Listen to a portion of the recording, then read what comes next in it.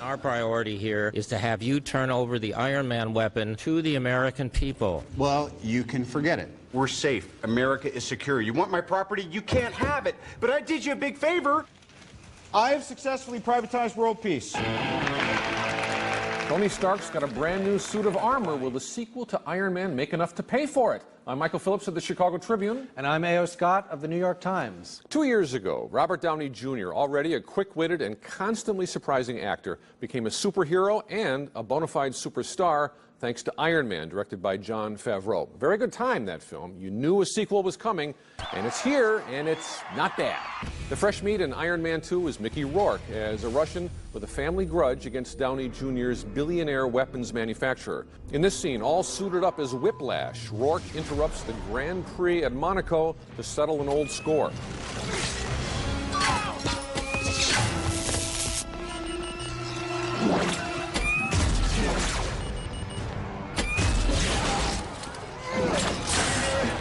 This is a crowded movie. Stark's also dealing with a Senate hearing, a rival industrialist played by Sam Rockwell, as well as an ambitious employee who's full of deadly moves. She is potentially a very expensive sexual harassment lawsuit if you keep ogling her like that. Yes, and I've got 3 excellent potential candidates. They're lined up and ready to meet you. I don't have time to meet. I need someone now. I feel like it's her. No, it's not. You ever boxed before? I have, yes. Like Thai Bo, Booty Boot Camp, Crunch, something like that?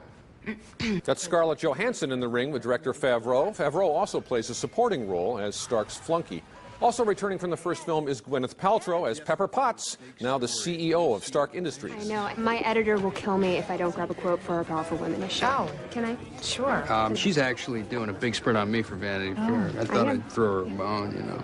Right. Right? Yes. Well, she did quite a spread on Tony last year. And she wrote a story as well. Don Cheadle steps into the role of Rhodey, and Favreau's loose, casual way with his actors more or less saves this movie from its own saggy midsection and meandering plotline. Here and there, the spark and wit of the first film returns. Elsewhere, Iron Man 2 settles for being a moderately satisfying sequel, destined from the blueprint and the prototype stages for the designation of rent it. I was a little frustrated by it, but not bad. I mean, I agree with some of the things you say about it being overcrowded and about the plotting and the action sequences not being the best thing in the movie, but I say see it because this is one of the very few superhero movies I can think of that made me laugh almost from start to finish. I mean, the level of comedy, of both comic writing and comic playing in this movie is remarkably high. And I especially don't like, I'm getting more and more impatient with the heavy, lugubrious, self-important, serious superhero movie. And this one is so playful and fun and jokey. Right, really but we should point out that the screenwriter, Justin Theroux, was one of the writers on Tropic Thunder, and he's a very good actor in his own right, and he is witty, and I think this movie, it sort of comes alive and fits and starts mostly in these little verbal flourishes, things like that, but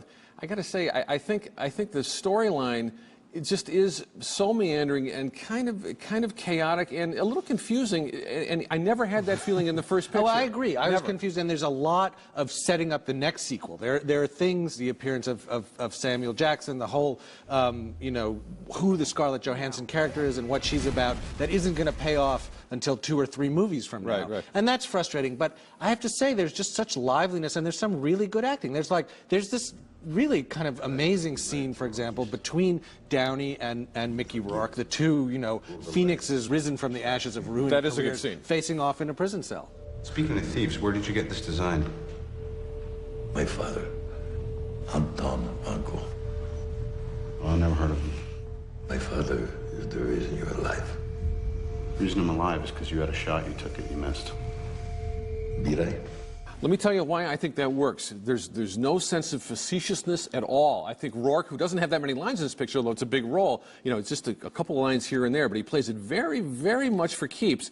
And what I got a little weary of, Tony, in Iron Man 2, is this whole plot line about Tony Stark becoming an insufferable celebrity butthead. And I just feel like too many comic book films go that route. Spider-Man 3 went that route. No, but I think that Downey brings it. We're going to talk about Downey later in the show because he's had such an amazing career. But I think that he really makes it happen. And, you know, it's just, it's funny. What can I say? It's funny. It made me laugh. The first one I really loved. Really loved. All right.